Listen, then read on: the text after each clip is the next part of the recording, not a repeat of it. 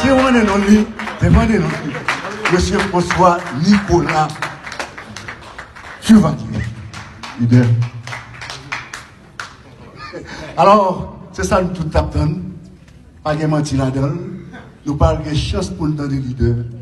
Qui ça que le gain comme agenda, comme programme pour le pays qui a fini dans mes noms.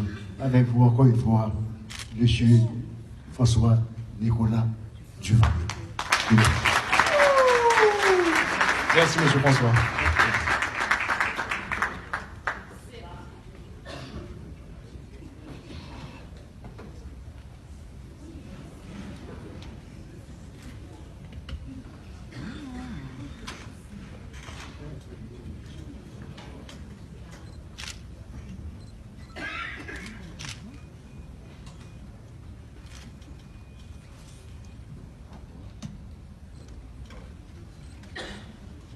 Bonsoir.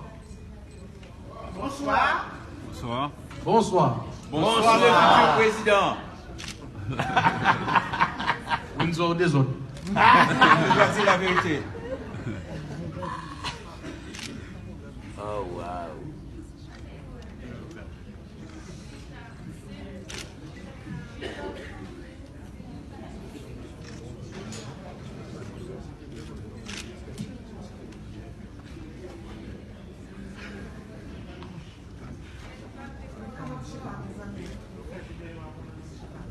Encore une fois, ma petite tout bonsoir.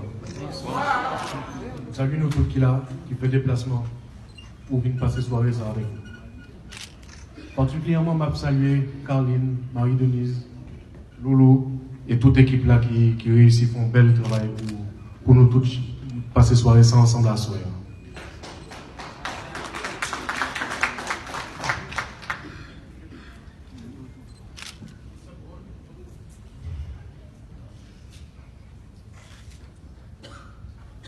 Nous avons osé être libres.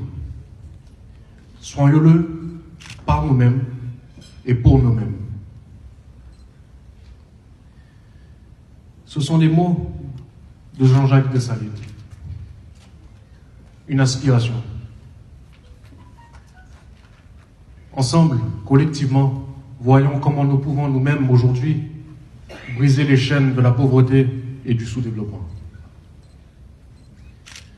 Mesdames et messieurs, je vous invite ce soir à explorer avec moi comment nous pouvons réinventer ensemble une nouvelle Haïti.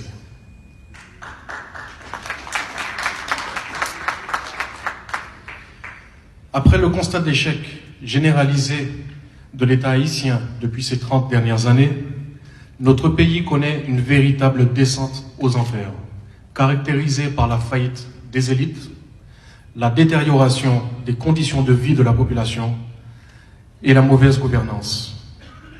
Cette situation catastrophique engendre une crise sociétale où nous faisons face à un État complètement démissionnaire et incapable de faire face à ses responsabilités et de produire des solutions politiques favorables à la population.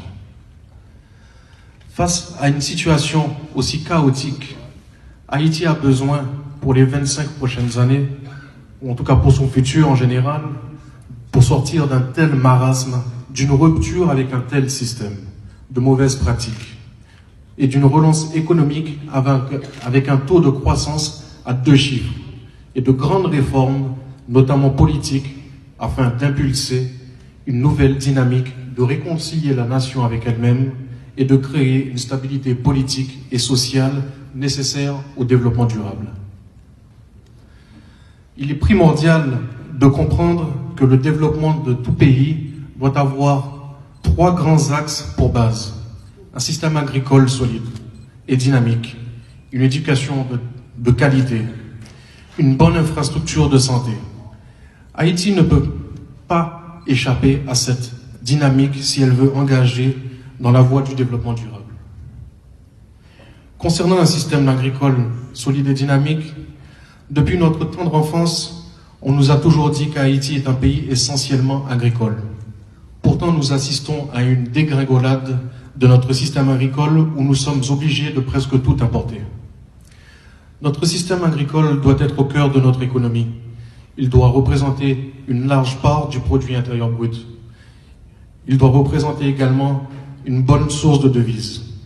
Haïti ne pourra pas vraiment progresser sur la voie de l'expansion économique, de la réduction de la pauvreté et d'une plus grande sécurité alimentaire si elle ne valorise pas ses ressources humaines et les capacités productives potentielles du secteur agricole pour pouvoir accroître sa contribution au développement économique et social du pays. Une production vivrière est un système agricole solide et dynamique, et par conséquent l'un des principaux piliers de la stratégie de croissance économique et de développement. Les liens étroits en amont et en aval existent à l'intérieur du secteur rural ainsi qu'avec les secteurs de l'économie, produisent en outre un effet de stimulation de la croissance et de la génération de revenus. L'agriculture en Haïti ne peut pas continuer à être considérée comme un facteur résiduel. Ne pas continuer à retenir davantage l'attention des pouvoirs publics et d'être négligé dans les investissements. Il est inconcevable que l'agriculture ne représente que 6,5% du budget 2018-2019 qui, au passé,